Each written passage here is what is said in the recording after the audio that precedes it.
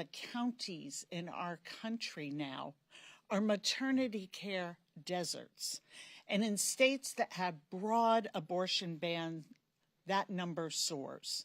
In Georgia, for example, half of all counties don't have a single obstetrician. And now the GOP is going even further. Despite all the promises on the campaign trail we heard last year, Republicans are still not finished taking away health care from women in this country. Their big, ugly bill will kick 16 million Americans off of health coverage. It will undo state laws that require insurance coverage for abortion care. It will shut down hospitals and clinics around this country, especially in rural communities. It will defund Planned Parenthood, which means it will defund cancer screenings, prenatal care, postpartum care, fertility treatments, and preventative care. And even this week on the House floor, the GOP will put up an appropriations bill that says to our active women in uniform and to our veterans, you cannot travel to get the care you need if it is not afforded to you where you are serving. Republicans are choosing to make life harder, more expensive, and more dangerous for America's 170 million women and girls, all to benefit 900 billionaires. Well, women are fighting back. House Democrats are fighting back. We're fighting to save lives, and we're fighting to uphold the right to control your own body and your own future. We're fighting to enact the Women's Health Protection Act, a common sense bill that restores reproductive freedom under the law, kicks politicians out of doctors' offices, and helps us build an America that is truly worthy of our daughters. And I am pleased to yield the podium to the author of WIPA, Representative Judy Chu. Hello, I'm Congressmember Judy Chu from California, and today I am reintroducing for the 8th time the Women's Health Protection Act. 2 years after the Supreme Court ripped away the right to bodily autonomy from millions of Americans, I stand before you to say that we cannot have true equality in this country until we have reproductive freedom for all. In these years since the Dobbs decision, we've seen disastrous impacts of abortion bans in states across the country. I will never forget the 9-year-old from Ohio who was raped and forced to go to Indiana for an abortion, and then her doctor was threatened with the loss of her medical license. I will never forget Amanda Zarowski of Texas, who so wanted her baby, but then was facing a miscarriage, and the treatment from the emergency room was denied, and she almost died from sepsis. I will never forget Amber Thurman of Georgia, who did lose her life because the emergency room refused to treat her after she had a rare complication after taking prescribed abortion pills in another state. She was only 28 years old. It is for them and for all women that House Democrats are fighting back with fierce determination. Today, we introduce the Women's Health Protection Act, or WIPA. Our bill would restore the protections of Roe versus Wade for every woman in every zip code of this country. I want to thank House Democratic Leader Jeffries, Whip Clark, and Chair Aguilar for your steadfast support of abortion rights and for making WIPA H.R. 12, meaning that restoring the right to abortion nationwide is one of our House Democrats' top priorities. I also want to thank my stalwart co-leads, Representatives Franco, Presley, and Escobar, for your continued leadership on reproductive freedom in this country. Let me be clear. We are all standing here because every person, no matter their circumstances, no matter how they became pregnant, deserves dignity, safety, and care in seeking an abortion. You should not have more rights if you get pregnant in California than if you get pregnant in Texas. You should not have to wait in a parking lot bleeding until you are sick enough to get care. And most of all, because no one, not the president, not a Supreme Court justice, not your partner, should be able to force you to remain pregnant if you do not wish to be. Our message today is loud and clear. We will keep fighting until we achieve full reproductive freedom and justice in America. And now let me turn this over to the co-chair of the Reproductive Freedom Caucus and a fighter for reproductive freedom for women of all income levels, Representative Ayanna Pressley.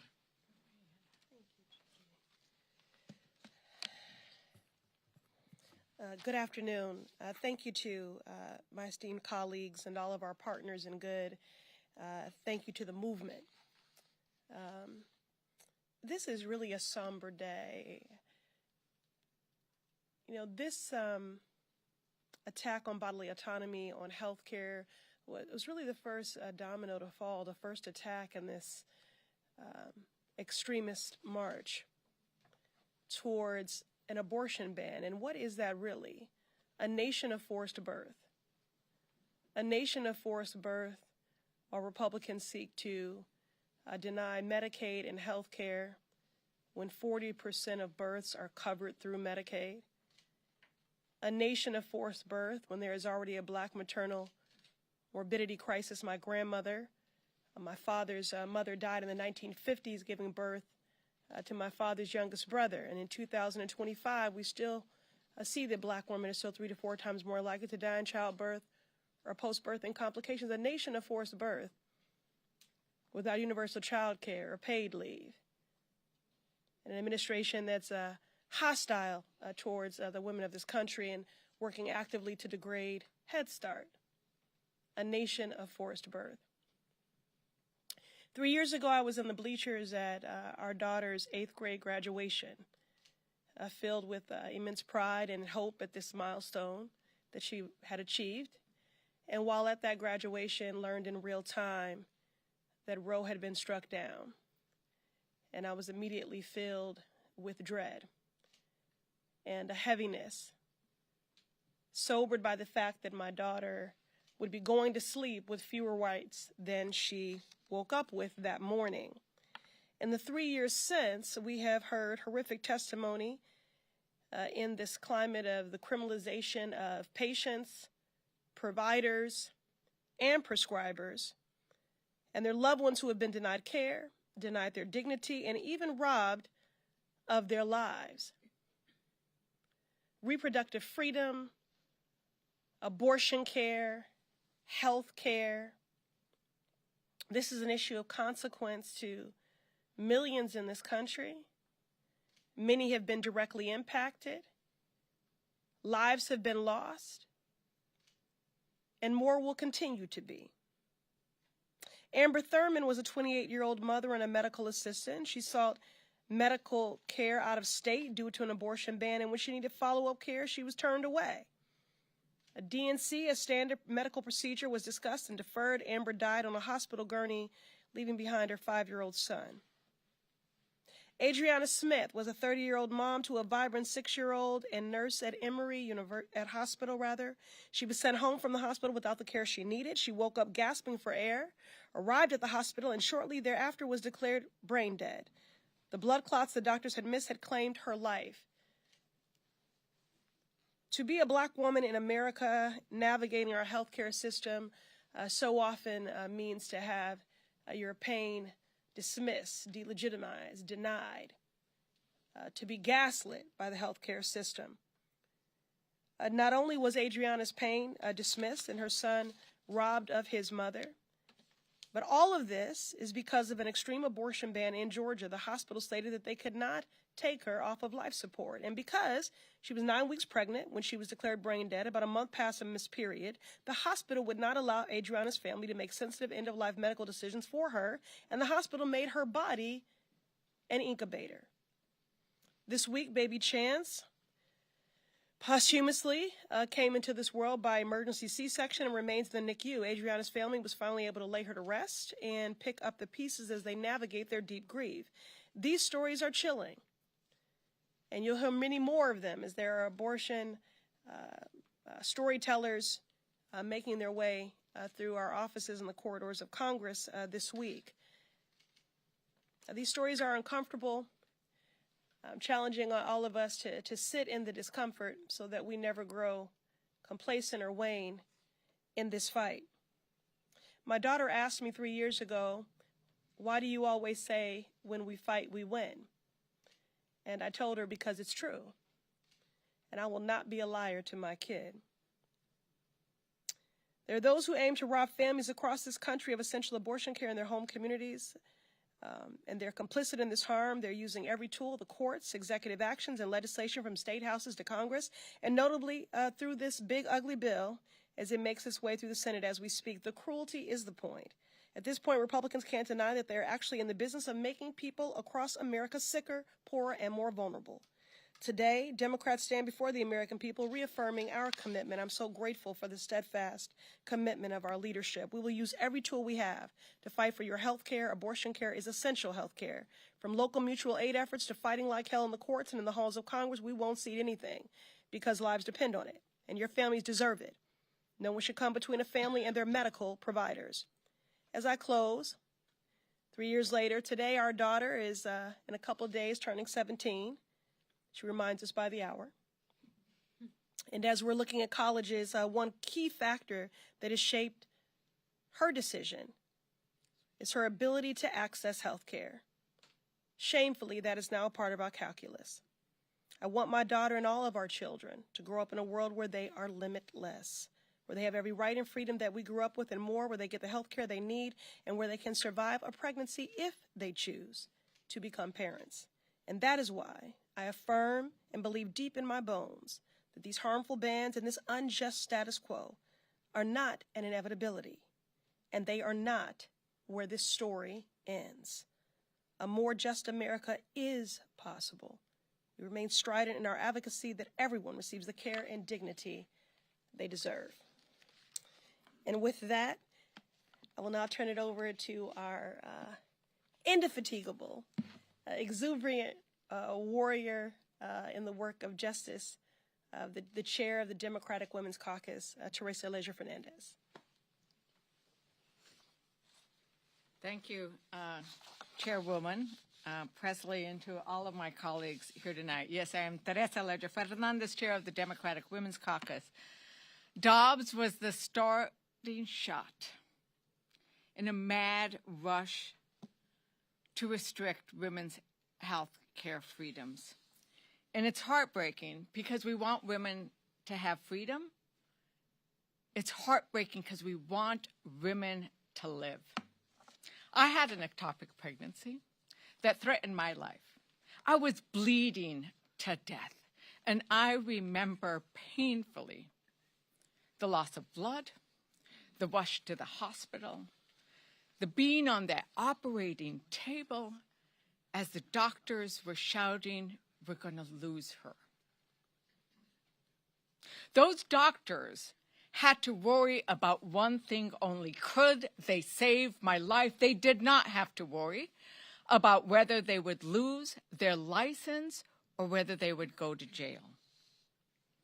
Every woman in every zip code must have the right to choose when, where, and if to have children, to have that freedom to both make that decision and if something goes wrong during pregnancy, to know that she can get the health care she needs, whether she lives in New Mexico, where she can, or in Florida, Louisiana, or Texas, right now, where she can't. The Women's Health Protection Act would change that calculus to make sure it doesn't matter where you live, because everywhere you live should be a place where you will have the freedom to make that decision and the freedom to live through any medical disaster. Nuevo Mexico is a reproductive health care haven. We welcome women from across the South and Oklahoma and other places that do not offer the reproductive health care rights we do. But right now, I am incredibly concerned about what will happen in New Mexico's rural areas and in rural districts across our country, because Republicans' attack on Planned Parenthood and Medicaid would gut access to women's health care everywhere. Remember, 56% of Planned Parenthood centers are in rural areas, and these are healthcare deserts. You can't proclaim to be pro-life when your policies would risk the lives of women.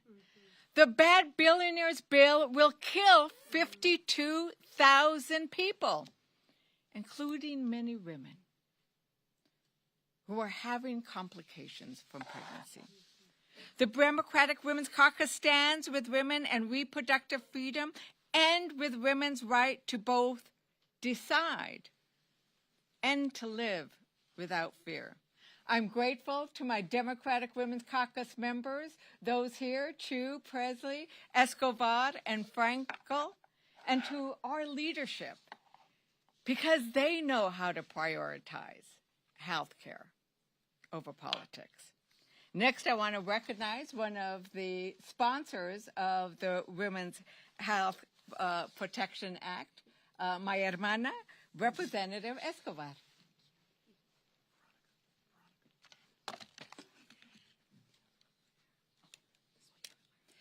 Well, good afternoon, everyone, and I want to thank the Democratic Women's Caucus chairwoman.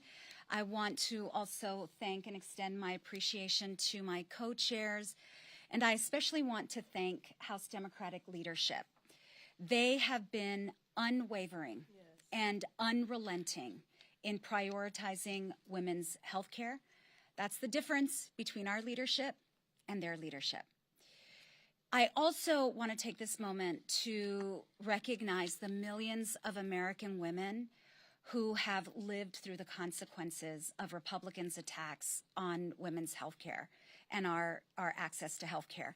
I live in a state that has not only prohibited abortion, but extremist views have pushed the envelope so much that there are bounties in a state like mine for anyone who helps a woman access reproductive health care. And this is who they are. This is who is right now in control of women's bodies, and they won't stop until they have absolute control. This is a solemn day, Ayanna, as you mentioned. I'll never forget the day that the Dobbs decision leaked. The day that leaked, my office heard from active duty service member women, because I represent an incredible military installation, one of our country's premier military installations. And my office heard from active duty service members, from women who were afraid that because they were stationed in a state that absolutely would prohibit abortion and abortion care, what would happen to them? How would they deal with the consequences of this decision? And then when the Dobbs decision was actually revealed, when it actually was ruled on by the Supreme Court, when it was no longer a leak, when it was no longer what we thought would happen, when it did ultimately, legitimately become the law of the land, I heard a story from someone close to me, and it was the beginning of a number of stories that I've heard since that day. And this woman close to me shared with me her abortion story.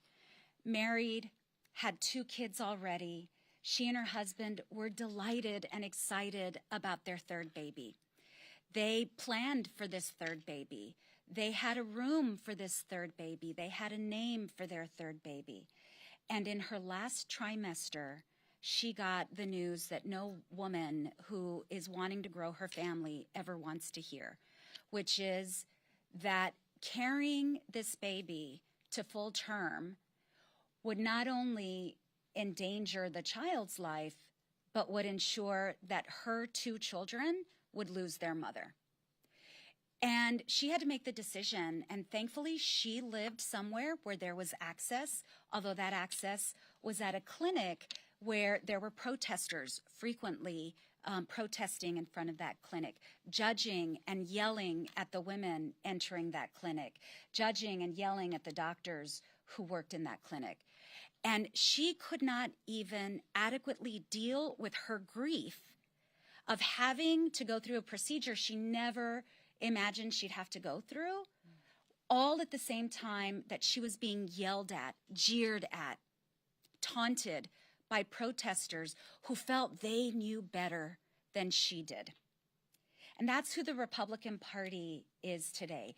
They believe they know more and they know better than women and their doctors. And don't let them fool you. This is not about being pro-life. If they were pro-life, they wouldn't be cutting Medicaid in their reconciliation bill. And for comparison, when we had the opportunity to pass a reconciliation bill, you want to talk about pro-life? Universal pre-K, paid family and medical leave, expanded refundable child tax credit, accessible, high-quality, affordable child care. They voted against all of that. This has nothing to do with children. This has nothing to do with being pro-life. This is about controlling us. And I hope one day they hear the pain and misery they have caused innumerable women across this country, including women they purport to want to protect, like the women who are now infertile because they couldn't access abortion care in a timely manner in a state like mine. So I stand with my sisters on this day. I stand with my great leadership on this day. I stand with the American people who demand and know that we can do better, and we will. We will not stop fighting until we regain the rights that were stripped away from us. And with that, I would like to yield to a great female woman powerhouse leader in our caucus, Madam Whip, Catherine Clark. Oh, thank you, Veronica. We will open it up to questions, but please, we're going to take on-topic questions first. Yeah. There's this report that was made by the conservative group Ethics and Public Policy Center that a large number of conservatives and Republican colleagues have, and some of your Republican colleagues have been backing, and that says that mifepristone is dangerous. And now it's being used kind of as a ammunition, I guess, to urge the FDA to review mifepristone. I guess I wanted to get your thoughts on how concerned are you about that report being a catalyst for the FDA to potentially review mifepristone and, add restrictions to abortion pills? Yeah, they have been attacking science and in particular mifepristone all along. And what we have is a situation where they have said publicly, we're not pursuing a national abortion ban, which is exactly what they do every single day. And this is another step towards that goal. And we've seen it in the big ugly bill moving this week through the Senate. And we are seeing it now come up in the guise of a new report overturning a drug that has worked safely and effectively for decades. So I don't know if anyone else. So let me say, they would be going against 20 years of practice of mifepristone in our society. The FDA did many, many studies over 20 years ago to ensure the safety of mifepristone. And in fact, it is safer than many other drugs out there. So they are just trying to invent some kind of way to undermine mifepristone so they can have, in fact, their national abortion ban. This is the one means by which women can still have an abortion safely and in the privacy of their home. And they don't like that, so they are doing everything that they can to make it unavailable, including trying to bring back this Comstock law that would prohibit the mailing of contraceptive devices. Yeah, thank you. Yes. Thousands of doctors right now are in the states like Florida and Texas where they feel they cannot intervene unless a woman is about to die. What is your message to those doctors right now before any changes come about, the ones that are facing this right now? What is your expectation for them and what's your message to them? Yeah, and it's part of the crisis that we are seeing in the closing of labor and delivery rooms across the country. What we're seeing in OBGYNs choosing not to practice because they are being asked to choose between their patients and possible criminal charges for doing their jobs. And we're seeing a steep decline in medical school applications to go into these fields. So as my colleague was speaking about being pro-life, how can you say you are pro-family when you are undermining the very doctors that ensure that women can safely deliver children? And we understand how difficult it is. It's why we're seeing the lack of obstetric care really soar in states that have abortion bans or very, very tight laws around abortions. And we are creating an impossible situation for women that you are being forced to choose to have a child, then denied the health care to have that child safely.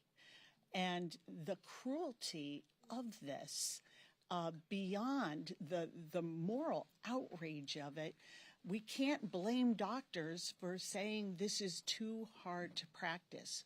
We have to show them our support by changing the laws. And as the leader said, returning this decision to women, their families, in consultation with their doctors and their faith.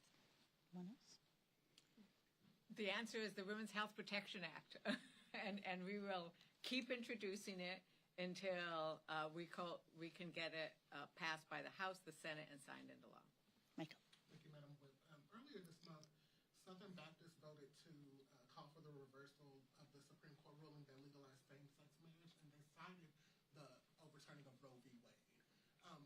In the Dobbs decision, Justice Thomas wrote that the court should reverse the error of the previous precedents, same-sex marriage, contraceptions, using the logic that they used to overturn Roe v. Wade and Dobbs. How concerned are you that conservatives, your Republican colleagues, will use Roe v. Wade, Dobbs, to go after other hard-won rights like same-sex marriage, like contraception? What's your message to Americans out there who are concerned that Republicans are after other rights outside of reproductive freedom that you're fighting for today? Well, I'll say this about my colleagues across the aisle. They don't hesitate to tell us exactly where they're going. And the Dobbs decision was a roadmap. So the real concerns that I have heard over whether it's same-sex marriage protections, the right to be able to have contraception in this country, and the right for IVF and other fertility treatments is very much on the agenda. And, you know, that is why this legislation is so very important. It is an important piece of saying that we are going to reassert that this is a constitutional right. And at the same time that they are attacking mifepristone and other things, while they are stripping away research into cancer, into fertility treatments, into Alzheimer's cures, where does it leave the American family? It leaves them without hope. And again, it is cruelty by design. And the threats that are embedded in the Dobbs decision are as very real and as threatening as the actual removal of abortion rights. Yes. Thank you, Congresswoman. Many of your Republican colleagues, they argue and say that they are protecting life they are not attacking women's rights. Can you just provide me a response to that statement they've constantly been making, especially considering the most recent thing that happened with Adriana Smith down in Georgia? Yeah, they clearly have no idea what it means to be pro-woman in this country. And that if we want healthy families, you start by addressing the affordability crisis. You start by saying, let's work on getting the price of housing down.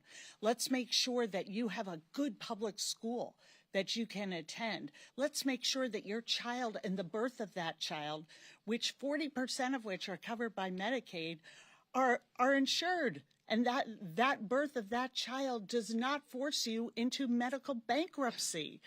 Let's make sure that you are able, if you are a veteran, to access your benefits. And if you've worked your whole life and deserve Social Security and Medicare, that you can get that. Unlike this big, ugly bill that is cutting Medicare by $500 billion.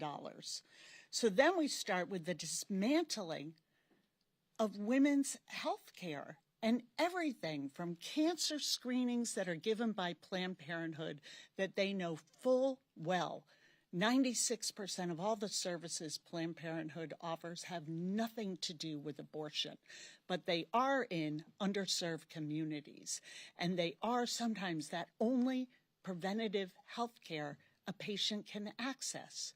So on their just desire to control women, we are just seeing them dismantle everything that leads not only to success for women, but allows families to get on that first rung of the American dream. And so let's ask the question, when are they going to not only prioritize women and children, when are you going to work for the American people? And when did this become an operation here in Congress that is solely aimed at those who've already achieved great wealth and power and kicking everyone else to the curb? Well, I think it's absolutely outrageous. That's why I brought up the case of Amanda Thurman.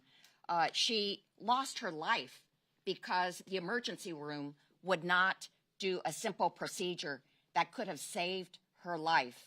And she was, in fact, forced to go to another state just to even have the procedure of mifepristone.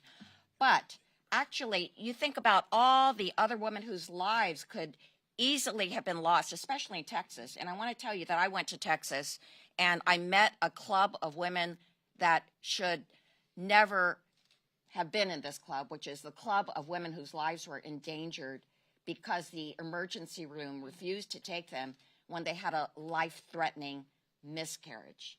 And in fact, Amanda Zawalski is one of them. But actually, I'll never forget another woman who said that her fetus was not going to live and it was endangering her life. She went to the emergency room. She had the same story as Amanda, and she was going to be turned away. She had to call every state with a clinic that was surrounding Texas to get an appointment, finally got one in Colorado, and because she was so sick, she had to be driven for hours to Colorado in order to get her abortion. That is not saving lives. I mean, what we're talking about is we need to save lives. And by threatening her ability to have treatment in the emergency room, then we are actually saving lives. Thank you for that question. The American people deserve to know the truth, and the truth is Republicans do not have a pro-woman agenda. They have an anti-women's agenda. Republicans are determined to jam their extreme right-wing ideology down the throats of women and the American people. Republicans are determined to enact a nationwide abortion ban that will strip away a woman's freedom to make her own reproductive health care decisions. Republicans are trying to enact the largest cut to Medicaid in American history that will hurt women, hurt children, and hurt their families. Republicans are literally trying to rip food out of the mouths of women, children, and seniors here in America by imposing the largest cut to nutritional assistance in American history. That's not a pro-woman's agenda. It's an anti-women's agenda. That's the truth to the American people. And that's why I'm so thankful for the leadership of Catherine Clark and Judy Chu, and of course Teresa Leger Fernandez, Veronica Escobar, and Ayanna Pressley, and all of the members of the House Democratic Caucus who are standing up for reproductive freedom, standing up for women's health care, standing up for the ability of women to make their own reproductive health care decisions and access the health care that they need for the safety and well-being of themselves, our children throughout America, and our families. Leader Jeffries, can I just have you react to the breaking news that the classified briefing on Iran has been postponed? I guess the GOP wants certain members of the cabinet there. We'll have more to say about that later on this afternoon. But the question that the American people are asking is, why are Republicans hiding facts and the truth from America with respect to the possibility that their actions will drive us into another catastrophic war in the Middle East? Thank you.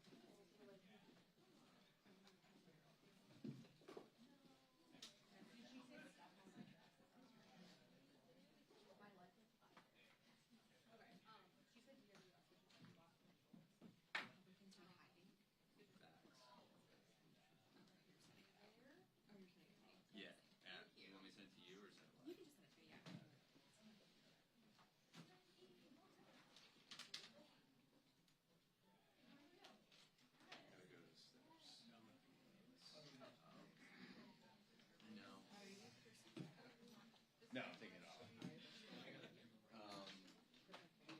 Yeah, so I'll just get some more. Trying to find times. Yeah. All right, sounds good.